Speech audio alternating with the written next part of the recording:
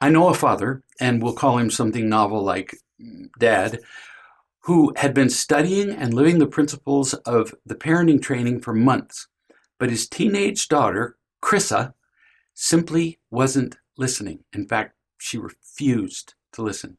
He had loved and taught her over and over again. Occasionally, a brief light of understanding would gleam from her eye, but it never lasted long. She continued to neglect her homework, her household chores, and simple instructions. She teased and bullied her siblings. She used a condescending and angry tone with them and with her parents. She was just pretty much saying, you can all just stick your head in the toilet. I don't care. I'm going to do what I want to do. And she's a teenager. Dad recognized that even though he was doing everything he knew, it wasn't helping Crissa change attitudes and behaviors that he knew would cause her great pain over the years. That's why we're teaching them this, so they can be happy now and avoid the difficulties of the floods when the rains come. I explained to Dad that I understood that it was not fun to apply consequences to his daughter. No parent likes to see that look of disgust and anger that appears on the face of a child who has just been given an inconvenient consequence because of a choice they made. I further explained that some kids, as well as many adults, don't learn the intended lesson until the consequences become so inconvenient that the child bottoms out, as they would say in 12-step programs. When they hit the bottom, when the consequences are so bad, they just can't live with them anymore. They get to the point where they hate the consequences so much. Sometimes they're broken, in fact, by the consequences. Just like you break the law and drive too fast around a curve and you go off a cliff, you get broken at the bottom. And it isn't personal. Gravity works on everybody. Sometimes kids are broken by the consequences to the point that they're finally willing to consider making the right choices, which is the entire purpose of consequences. But Dad was running out of consequences. He had used all the usual ones found in the parenting training. He'd removed her phone and restricted her non-essential activities away from home and school. No more electronics. She was assigned extra jobs around the house and on and on. For heaven's sake, one night that Dad called me, he said that she'd been extra snotty, so he'd required her to sleep in the backyard in a tent for the past week. Still, stubborn as she could be, she refused to be humble and learn. And some kids do this. Some kids do it the hard way, and some kids do it the easy way. And I have to say that never during all this did Dad ever sound angry as he was describing what was going on. So it's unlikely that he was showing much toward her. My impression is, and was, that he was being really quite loving toward her as he was applying these consequences. Finally, Dad said that Crissa could not go to basketball games or practices anymore. And that is when she began to hit her bottom. That got her attention because, one, she loved playing basketball, and two, she'd been offered a basketball scholarship at a university not far from home. A scholarship. But the scholarship did not cover everything that college attendance involves, rarely does. Chrissa still had expenses for some of her housing, food, travel, and other things that would total several $1,000s a year. Now, years before, Dad had told Crissa that he would pay these additional expenses that scholarships didn't cover for her first year of college until she had time to get a job and had settled in.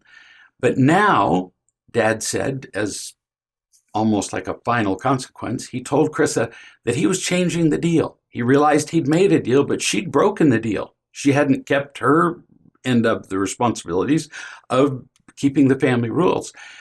He was changing the deal because everything he had given her had produced only entitlement, defiance, and a lack of responsibility. Dad was not willing to continue to essentially pay Crissa to learn to be irresponsible and snotty. That's pretty smart to see. Dad realized that he was running a school of life, which is far more important than any subject that might be taught at college or in high school. For more on the School of Life, watch the video answer on realloveparents.com for November 25, 2019, and go to reallove.com and read the blogs for April 23, 2014 and September 14, 2011. After her conversations with Dad, Crissa was grief-stricken, finally, that she might not have enough money to go to college at all, and that because of missing basketball games, she might even lose her basketball scholarship. She might not be able to attend college, and that finally sank in because Dad was willing to apply consequences. To his everlasting credit, Dad did not remove the consequences. He knew that Crissa learning to be a happy human being, loving and responsible, and without a nasty attitude, was far more important than her going to school. I gave Dad some suggestions and he chose to follow them, adding his own creative elements. He arranged a meeting with Crissa where they gathered around the computer. Dad said, "Let's go on an adventure," in exactly this tone of voice. It wasn't, "Let's sit down and we're going to have a serious talk and you're going to get punished." No. He said, "Let's go on an adventure. The adventure of your life." So Dad asked Crissa what her life goals were, and she came up with the following, which she wrote down. She wrote down, go to college, where she would major in nursing, funded mostly by her basketball scholarship. She would get a career that would provide a good living, which nursing school, graduating from nursing school, could do. Have a happy family. And number 4, go on vacations and do other fun stuff in life. She hadn't thought about it a whole lot more than that. Dad knew his daughter, so he had planned for these answers. He kind of knew what they were. He said, let's look at each of these goals. And he had prepared by pulling pictures off the internet of each of the 4 goals we just talked about. And one at a time, he put them at the top of a different word processing page on the computer. Let's look at just the first goal. We won't go through all 4, it would take a long time. Go to college, major in nursing, funded mostly by the basketball scholarship. That was her first goal. Beneath the picture, he put 2 column headings: requirements and how are you doing? The rest of that is with the requirements, but how are you doing is what he wrote. And then they discussed what to put under each column heading. So under requirements, remember the requirements for at the top of the page is the nursing picture, and then requirements. Under the requirements, they both came up with this list together. They agreed on what they wrote down. Requirements for nursing school: sufficient grades for admission to the nursing school, which were higher than just admission to the school. Study habits to succeed in both nursing and doing basketball at the same time, extra hard. Getting a basketball scholarship would be a requirement in order to make this financially possible, and having additional money for living expenses. So 4 things were under requirements. That's all for nursing school and going to school, college. Then under how are you doing? Grades barely sufficient to get admitted to the school, much less the nursing school. You have to be pushed to do your homework. This is number 2. You have to be pushed to do your homework every day, not self-motivated. 3, you don't have any more basketball practices or games. So you may not get that basketball scholarship, which is requirement number 3. And number 4, how are you doing? you haven't done any research into the necessary sums of money that it's going to take to go to school, which is requirement number 4. So how are you doing was placed right next to what each of the requirements were.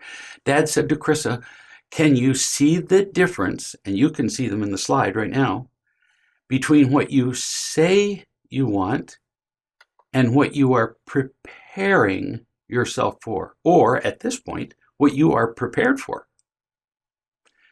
Crissa looked like she'd been hit by a car. She'd always been just defiant and difficult and snotty in her attitude, and in the process, she had done that, of course, so that she could feel powerful, because she felt insignificant. That's why people behave this way. It's always a response to pain, as we've talked about in the parenting training. She had tended to get what she wanted because everybody gave in to her angry demands. When Dad began the parenting training, he had admitted his past mistakes, his enabling, his anger, and so on. But for nearly a year, there had been no yelling or criticism from Dad. Only attempts to help her succeed. Crissa had never really seen so starkly, until they did this little adventure into her life, so black and white, where her present behaviors were leading her. Here's what she wanted. Here's where she was going. She cried. Finally, getting the point. Dad said, I am not trying to make you feel bad about this. I'm trying to help you avoid where the second column, how you're acting now, will get you. Do you know where your present behavior will lead? And then Dad put up a picture of McDonald's with the arches occupying the upper right-hand corner, or an old style one where it was on both sides of the building. Doesn't matter. The picture of McDonald's next to the one of kids going to college. Dad said, it will lead you, what you're doing now will lead you here, to working at McDonald's for the rest of your life. Now, I am not criticizing a career at McDonald's. I have worked at burger places. I've worked scrubbing pots at Kentucky Fried Chicken, I got to say, for a whole 90 cents an hour, so pretty proud of that. And worked in hospitals where I wiped people's bottoms and took them for walks down the hall. Frankly, I enjoyed every one of those jobs, but I decided that I didn't want them to be my career. That's all. There are people who do make a career of doing those things and love them. They just didn't fit what I wanted to do. I realized that I would find myself limited in expressing myself in many ways if I continued in any of those jobs. They weren't beneath me. They just didn't express who I was. Dad continued, if you work at McDonald's, continuing with your present attitude, starting this coming summer, months from now, what are the odds of your getting into college at all, much less nursing school? Well, Crissa was now sobbing uncontrollably. She said, well, terrible. Dad said, true. And if you continue working at McDonald's or other entry-level jobs, what's the likelihood of your achieving your second goal? Remember, which was get a career that would provide a good living, the kind of living that she had become accustomed to living with Dad. She was still crying and vigorously shaking her head no, meaning no way. Dad said, and if you don't go to college and you have no job with a future, what are the odds that you would meet the kind of man that you would think was a good husband and father? I ask because of your third goal of having a happy family. Crissa, now just inconsolable, said, it would be terrible, terrible odds. Dad said, it's possible that you could find a life partner working at McDonald's, working right next to you, making burgers, but life would be much more limited. Not likely that you could, for example, as one of your stated goals, afford children. Those turn out to be incredibly expensive. Do you want children? She said, yes. So if you continue as you are, Dad said, the likelihood of your first three goals becomes very limited, and the fourth goal, vacations and fun stuff, at least in the way you picture, becomes even more limited, to the point of being essentially impossible. Do you see the point I'm making. By now, all she could do was nod. She couldn't even speak. Dad said, you have been thinking that I've been demanding, controlling, and strict. But that's not the case. Pointing to the picture of the nursing class, he said, I've been trying to help you achieve this goal. This first one that you stated, going to nursing school, which naturally tends to lead to the rest rather than this. Pointing to the second picture with government assistance and government housing and all that goes with it, with increased crime, drugs, prison, much less chance of education for your children, and on and on. Dad said, so which choice would you prefer of the two pictures? Chrissa said, the first one. Cooperatively, she said that. Dad said, if you're really willing to change your attitude completely and believe that I'm helping you reach your life goals, then we would both see that attitude proven by your behavior, not just your words. Your words don't mean much. There would be no more sassing, no grunting in response to questions, no teasing your siblings, no anger, no arguing, no resistance, defiance, no being told to do homework and other stuff you're supposed to do over and over again. And if you really do this, if you really cooperate, we might be able to get you back into basketball, and I will help you get to college. But it would require a complete and lasting turnaround. Chrissa jumped into her father's lap. Not kidding. This could seem like a pretty harsh conversation, but no, he was trying to get through to her. She jumped into his lap, threw her arms around his neck, and said, I'll do it. Father stroked her back. Honey, we'll see. I'm not being pessimistic, but words don't mean anything. You've said cooperative words before, but then your attitude was back in minutes. So from now on, I won't remind you of your chores or homework or attitude or anything. What I will do is that every time you're making choices that lead to this, the McDonald's picture, I will ask you where your behavior is taking you. And you will answer either happy or not happy, meaning that you're headed toward your goals or you're just going to suffer whatever life hands you. Then Dad pulled up the pictures of her other goals, the other ones that we stated early on. She stated 4. And they did the requirements and how she was doing with each of them. It was obvious that she wasn't going to reach any of her other goals at her present rate. So Dad said, so I'm not going to tell you to stop wasting time with Facebook and YouTube. I won't tell you to stop being snotty to your brother. I'll just ask where you're headed, happy or not. Or I might say, are you shutting doors to where you want to go, or are you opening them to where you want to go? I'm not defining where you want to go, what your goals are. You are. And if your behavior keeps saying that you don't want to be loving and responsible, unhappy is what you will get no matter what you say you want, no matter what your words are. I won't support you with finances to stay snotty. I won't do it. I won't fund it. I won't support you with finances that would support you making a choice to be entitled, angry, and miserable. I would be compliant and enabling you. Chrissa changed faster than imaginable. It's a bit of a miracle. She upped her grades. She played basketball. She got a scholarship. She had to take a year of college not in nursing school because her grades weren't good enough to get into nursing school, only the college, before she could persuade the nursing program with her new, better college grades to admit her to their program. So it took her an extra year of college. Well, so what? What's a year of college when she learns to be a happy person? Easily worth it, because she finally listened to Dad telling her that he was helping her.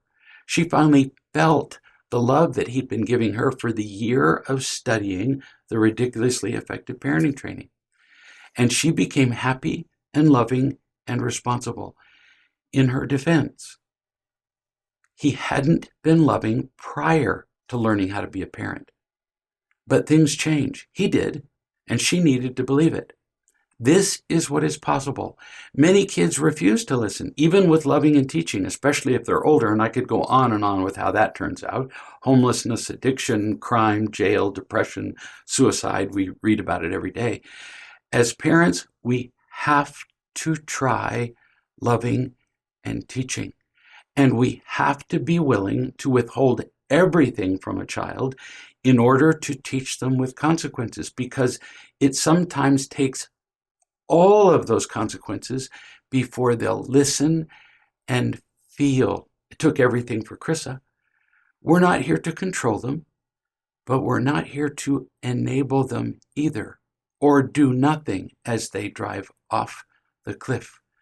We're here to love and teach, and in the process, we greatly increase their chances of happiness and reaching the goals they have, using the gifts they all have. Parenting is not for the timid, but with love and help, you can do it.